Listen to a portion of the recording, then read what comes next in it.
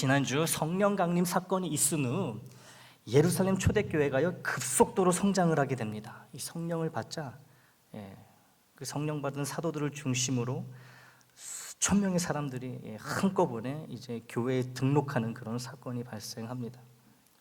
말씀드렸던 것처럼 어떤 때는 어떤 날은 하루에 수천 명의 사람들이 막 3천 명씩, 5천 명씩 회개를 하고 복음을 받아들이고 이 교회에 등록하는 일이 발생했어요. 이 성령 충만한 12사도의 지도 아래 날마다 복음이 선포되고 부활의 주님이 선포되고 이 기적이 발생하는 초대교회를 우리가 가만히 생각해 보면 이 초대교회 그 처음에는 다른 건 아무것도 없고 오직 기쁨과 감사와 이 평안만이 있었을 것 같습니다. 그렇죠? 눈만 뜨면 교인들이 막 여기 한 뭉탱이 생기고 저기 한 뭉탱이 생기고 그 사도들의 그 살아있는 그 생명의 말씀이 매일같이 선포되고 그러니 좋은 것밖에 없었겠죠. 좋은 것밖에. 비록 당시 대부분의 그 예루살렘 초대교회 교우들이 심하게 가난했지만 소수의 부유한 자들, 소수의 부유한 이 교우들은 자신들이 가지고 있는 것을 아낌없이 헌금을 합니다. 또 사랑과 섬김의 마음으로 각자의 것을 형편에 맞게 나누어 가졌어요. 이런 아름다운 초대교회에 문제가 있어봤자 얼마나 심각한 문제가 있었겠냐, 이런 생각을 우리는 하게 됩니다. 우리는요 무슨 일이든 처음에는 별 문제가 없다고 생각하는 경향이 있어요. 그렇잖아요. 처음 시작하는 일, 사업도 처음에는 잘 되잖아요. 사업이 잘 될 것만 같고 희망이 부풀고 처음은 항상 좋다라는 그런 생각을 우리는 갖고 살아갑니다. 이 남녀가 연애를 시작하면 처음에는 자기 눈에 단단히 이렇게 박혀 있는 이 콩깍지 때문에 상대방의 모든 것이 좋게만 보입니다. 다 좋게 보여요. 이 콩깍지. 연애 초기에 상대방의 생각, 말, 행동 하나하나가 어쩜 그리도 마음에 쏙 드는지 모릅니다. 콩깍지 때문에 그런 거죠. 그 사람 곁에 있으면 설레임의 심장이 막 두근거리고 그냥 실없이 웃게 되고 또 이렇게 데이트를 하다 보면 가는 시간이 너무 빨라서 야속할 지경이에요. 연애 초반에는.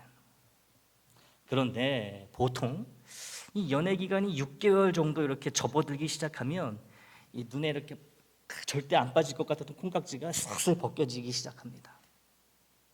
이 상대방의 단점이 보이기 시작하는 거예요.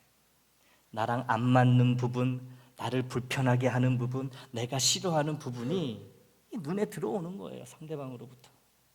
그러다가 갈등이 생기면 싸움이란 것을 하기도 합니다. 그렇게 갈등과 싸움 속에서 이 사람과 계속 교제를 이어나갈지 아니면 관계를 정리해야 할지 결정하게 되는 거예요. 하지만 처음부터 문제가 있는 연애는 없습니다. 말씀드렸듯이 연애뿐만 아니라 대부분의 일들이 그래요. 좋으니까 시작한 일이에요. 처음에는 문제가 없습니다. 이런 생각에 익숙한 우리는 초대교회 초창기에도 별 문제가 없었을 거라고 생각하기 쉽다는 거예요. 날마다 부흥하는 교회에 무슨 문제가 있었겠나, 마냥 좋았겠지, 이런 생각을 은연중에 자연스럽게 자동으로 하기 쉽다라는 거지요. 하지만 우리의 예상과 달리 이 초대교회 초반에도 처음부터 심각한 문제가 있었는데요, 그것은 바로 갈등이라는 이름의 문제였어요. 갈등의 문제가 있었습니다. 처음부터. 교회가 처음 생겼을 때부터 이 갈등이 있었다는 거예요. 사도행전 6장 1절 말씀을 제가 다시 읽어보겠습니다. 그때에 제자가 더 많아졌는데 헬라파 유대인들이 자기의 과부들이 매일의 구제에 빠짐으로 히브리파 사람을 원망하니, 예루살렘 초대교회 안에서 헬라파 유대인들, 그리고 히브리파 유대인들 사이에 심각한 갈등이 발생합니다. 이 다른 문제도 아니고요, 이 먹는 문제로 인해 빈정이상에 생긴 갈등이기 때문에 심각할 수밖에 없는 거예요. 여러분, 먹는 걸로 맘 상하면 이거 얼마나 빈정이 상합니까? 이 갈등을 우리가 보다 제대로 이해하기 위해서는 먼저 헬라파 유대인이 누구였고 히브리파 유대인은 또 누구였는지를 우리가 알아야 합니다. 먼저 헬라파 유대인들입니다. 헬라파 유대인들은요, 유대인은 유대인인데요, 헬라어를 사용하고 헬라 문화와 관습에 영향을 받은 유대인들이었어요. 헬라는 지금의 그리스죠. 유대인은 유대인인데 그리스말, 헬라말을 하고 헬라 문화와 관습에 익숙해져 있는 사람이었다는 거죠. 이 헬라파 유대인들은 이스라엘 땅이 아닌 헬라어가 사용되는 지역에서, 즉 이방 나라에서 태어나거나 자란 흩어진 유대인, 곧 디아스포라들이었어요. 그들은 헬라식 생활 방식과 사상의 일부 측면을 채택하면서 동시에 또 나름대로 유대인의 정체성과 종교적 관습을 유지하며 살았던 사람들이니까 혼합이 된 거예요. 유대인의 전통과 또 헬라의 전통이 혼합이 돼가지고 그런 특성을 가지고 있는 유대인들이 바로 헬라파 유대인들이었습니다. 이 예루살렘 초대교회 안에 있던 이 헬라파 유대인들을 우리식으로 쉽게 설명해 보자면 미국에서 태어나고 미국에서 자라난 한인 2세, 3세 이런 사람들을 의미해요. 그런데 이들이 어느 날 한국으로 돌아왔다는 거죠. 거기서 한국에서 살려고. 그래서 헬라파 유대인들, 예루살렘 초대교회 안에 있던 헬라파 유대인들은 이방 지역에 살고 있다가 다시 본국인 이스라엘로 돌아온 사람들인데 이스라엘 말을 잘 할 줄을 몰라요. 이스라엘 문화를 온전히 잘 알지도 못해요. 마치 우리 미국에서 태어나고 자란 2, 3세들처럼 그렇다라는 거죠. 자, 그럼 히브리파 유대인들은 어떤 사람들이었을까요? 이들은 이스라엘 땅에서 태어나 계속 살고 있는 유대인으로 당시 이스라엘 언어인 아람어를 사용하는 사람들이었어요. 히브리파 유대인들은 당연히 더 강한 유대적 전통 배경을 가지고 있었겠지요. 이스라엘에서 태어나고 이스라엘에서 자랐으니까 또 그럴 수밖에 없어요. 우리로 치자면 한국에서 태어나고 한국에서 자라고 지금까지 한국에 살고 있는 한국 토백이들이라고 보시면 됩니다. 이런 자들이 히브리파 유대인들이었어요. 그래서 헬라파 유대인과 히브리파 유대인의 관계는 한국에서 나고 자란 한국 사람과 한국에 돌아온 한인 2세, 3세, 4세 이들의 관계로 볼 수 있다는 거죠. 한인 1세와 한인 2, 3세 사이에 흔히 발생하는 어려움은 바로 언어의 문제일 것입니다. 언어의 문제. 저 같은 1세는 당연히 한국어가 편하고 2, 3세는 영어가 훨씬 편하다 보니 언어의 다름에서 오는 문제는 결코 가볍지 않다라는 거예요. 같은 말을 해도 한국말하고 이 영어하고 이 뉘앙스라든가 어감이 다르니까 소통이 잘 안 되는 거예요. 부모 자식 간에도. 이 언어의 문제가 이렇게 심각합니다. 이 언어의 차이는, 언어의 다름은 생각과 사고의 다름, 문화의 다름이라는 이 본질적 차이를 가져오기 때문에 그래요. 잘 아시는 분들이 많으실 거라고 생각합니다. 이 언어로 인한 어려움, 문제. 예루살렘 초대교회 내에 같은 유대인이지만 생김새는 똑같습니다. 똑같아요. 누가 봐도 유대인이에요. 하지만 이 초대교회 내에 헬라파와 히브리파의 구분이 있었다는 것을 볼 때 먼저 헬라파 유대인과 히브리파 유대인 사이에 심각한 언어적, 문화적 차이가 존재했다는 것을 알 수 있는 거예요. 그러니까 구별이 되는 거예요. 너는 헬라파, 나는 히브리파, 똑같은 유대인인데 차이가 있다는 거죠. 다양한 문화적 환경에서 성장한 헬라파 유대인들과 강한 유대인 전통을 가진 히브리파 유대인들 사이에는 비록 그들이 예수 그리스도를 믿는 같은 믿음을 공유하고 있었음에도 불구하고 여러 갈등이 존재했다는 거예요. 그런데 그 중에서 가장 민감하다고 할 수 있는 먹는 것 문제로, 먹는 것 때문에 이 갈등이 터져버리고 맙니다. 이 당시에 아들이 없는 과부의 경우에는 고아와 함께 사회적으로 최약자에 속했어요. 남편이 있고 아들이 있어도 제대로 먹고 살기가 빠듯한데, 남편과 아들이 없는 과부는 생존 자체가 매우 어려울 수밖에 없었다는 거예요. 굶어 죽을 수 있었다는 거예요. 얼마든지. 누가 먹을 것을 주지 않으니까. 이 예루살렘 초대교회 안에는 적지 않은 과부들이 있었습니다. 이런 과부들이 있었다는 거예요. 그리고 예루살렘 교회는 과부들을 위해 매일같이 식사를 제공하는 이 구제 사역을 펼치고 있었습니다. 그러던 어느 날 이 불평의 소리가 막 터져 나오기 시작합니다. 히브리파 유대인 과부들은 교회에서 주는 식사를 잘 받아서 먹고 있는데, 이 헬라파 유대인 과부들은 그렇지 못해서 이 쫄쫄 굶고 있다는 이 원망의 소리였어요. 당시에 식사를 배급하는 자들이 히브리파 유대인들이었기 때문에, 히브리파 유대인들이 식사를 배급했기 때문에 이 헬라파 유대인 교우들이 히브리파 유대인 교우들에게 불평을 하면서 이제 갈등이 점점 증폭되고 있는 거예요. 우리가요, 이 같은 한국말을 하고 이 같은 문화를 공유하고 있어도요, 저 사람한테는 맛있는 걸 많이 주고 나는 적게 주고 그러면 어떻게 되지요? 빈정 상하잖아요. 말이 통하고 같은 문화 속에서 아무런 어려움 없이 소통하는 사이일지라도 이 먹는 게 걸리면요, 빈정 상하는 거예요. 다른 게 다 똑같아도 왜 나는 조금 주지? 나 더 먹고 싶은데. 이 먹는 걸로 이러면은 참 사람이요, 빈정이 상해요. 그런데 말이 다르고 문화가 다른 상황에서 한쪽이 다른 한쪽을 먹는 걸로 무시한다면 이 빈정이 상해도 보통 상하는 게 아니겠지요. 당장에 큰 싸움이 일어나도 전혀 이상한 일이 아닙니다. 더군다나 우리처럼 잘 먹고 잘 지내는 상황도 아니고 그걸 먹어야지 하루를 살아갈 수 있는데 거기에서 제외가 되니, 그걸 먹지 못하니 얼마나 그 마음에 울분이 쌓이겠습니까? 헬라파 유대인 교우들 입장에서는 자기들과 같은 출신의 과부들이 음식을 받지 못해 굶는 모습을 보며 격한 감정이 들었을 거예요.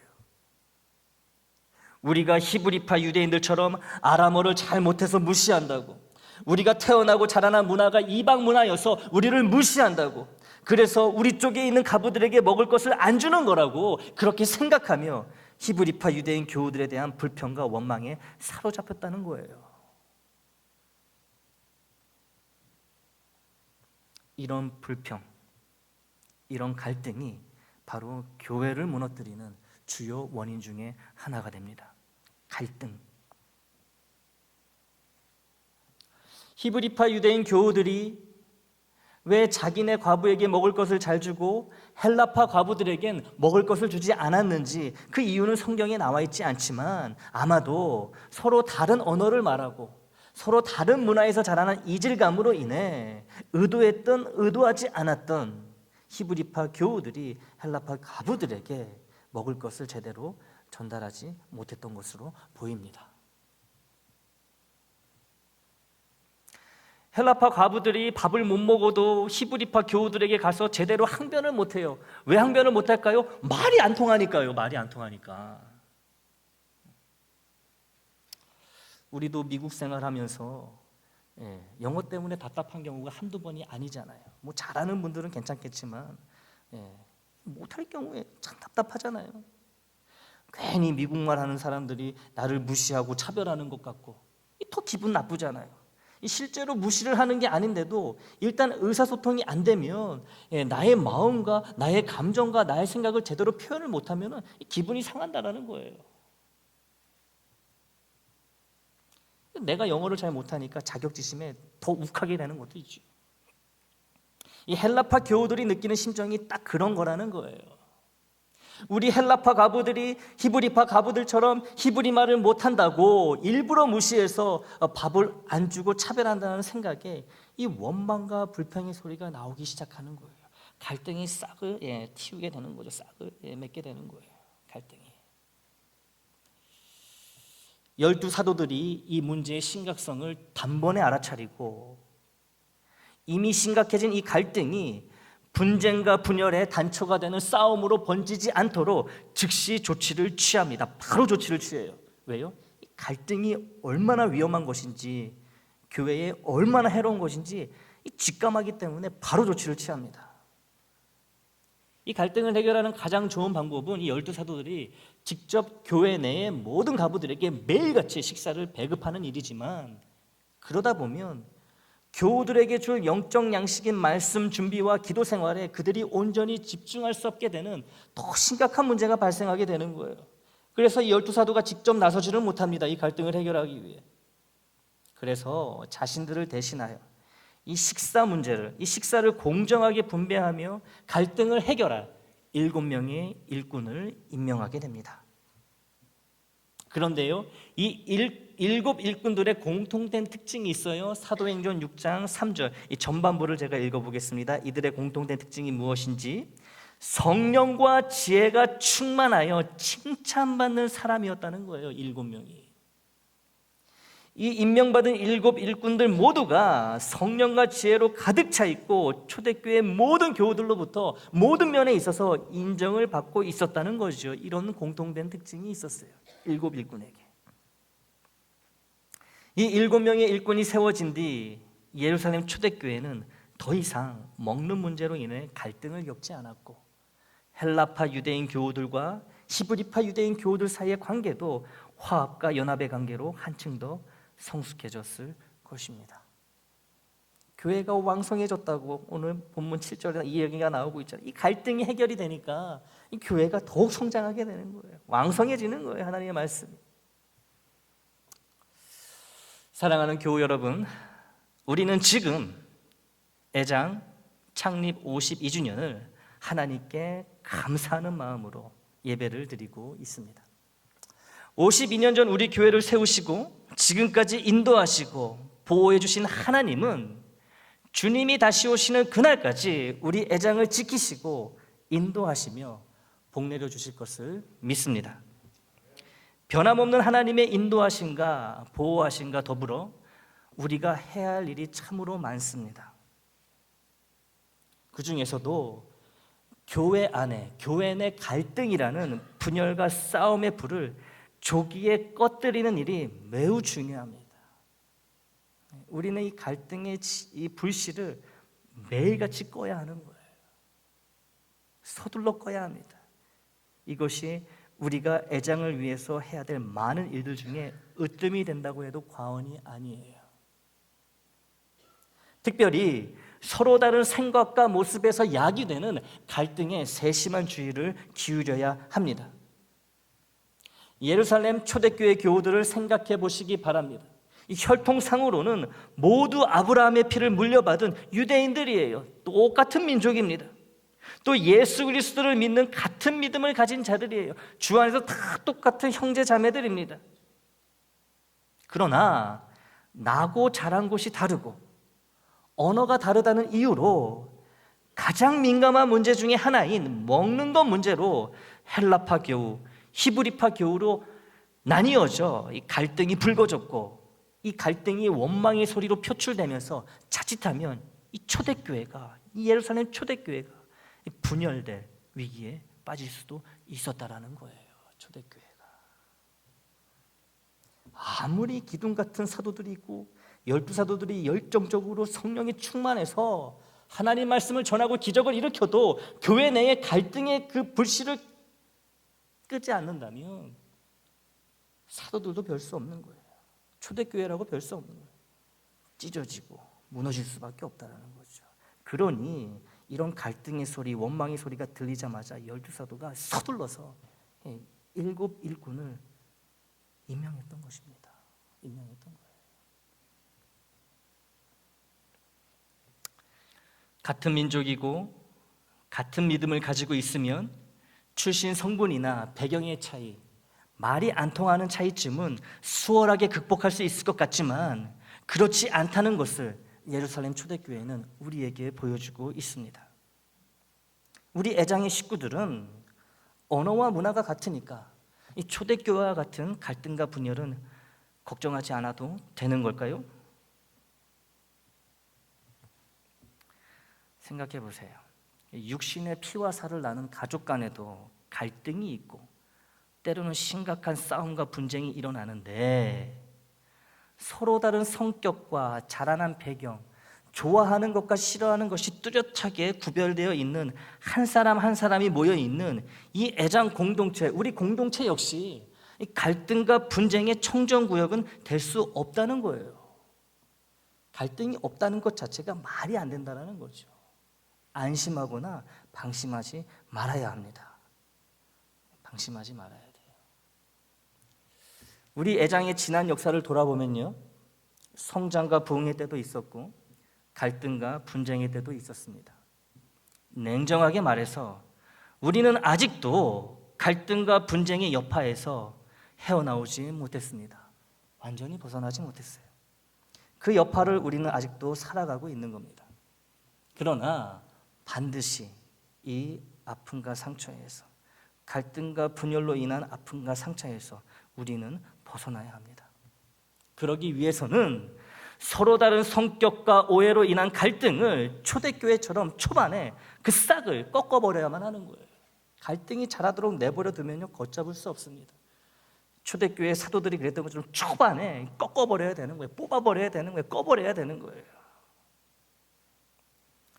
이 갈등과 분열의 조짐이 초대교회 7 일꾼들의 수고와 헌신으로 이 조기에 진압되었던 것을 볼 때 우리의 갈등과 분열의 조짐 역시 우리 안에 있는 일꾼들을 통해, 애장의 일꾼들을 통해 이 초반에 진압이 되어야 한다는 거예요. 우리도 7 일꾼을 세우면 되겠네, 그 얘기가 아닙니다. 왜냐하면 세교우나 초신자를 제외한 우리 모두는 최소 이 집사라는 직분을 가지고 있는 이미 애장의 일꾼들이기 때문에 그래요. 알고 계셨습니까? 이미 여러분 한 분 한 분이 애장의 일꾼이에요. 갈등의 싹을 잘라버려야 되는 일꾼이라는 거죠. 나는 됐고 당신이 열심히 일하고 애쓰고 헌신하면 우리 교회는 아무 문제 없을 겁니다. 이런 생각, 이런 말 하지 말라는 거예요. 내가 애장의 집사인데, 내가 애장의 권사인데, 내가 애장의 장로인데, 하나님이 세우신 애장의 일꾼인데 이 교회의 갈등과 분열을 막기 위해 내가 더 힘쓰고 더 이해하고 더 배려하고 더 섬겨서 그것이 오해이든 사실이든 분열과 분쟁을 가져오는 갈등의 불씨는 초기에 꺼버려야지. 이런 다짐이 필요하다는 거예요.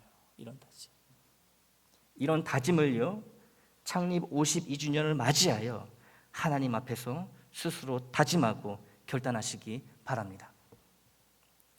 이렇게 다짐하는 애장의 모든 재직들에게 하나님께서 충만한 성령과 지혜를 주시고 모든 교우들로부터 칭찬과 존경을 받게 해주시기를 기원합니다.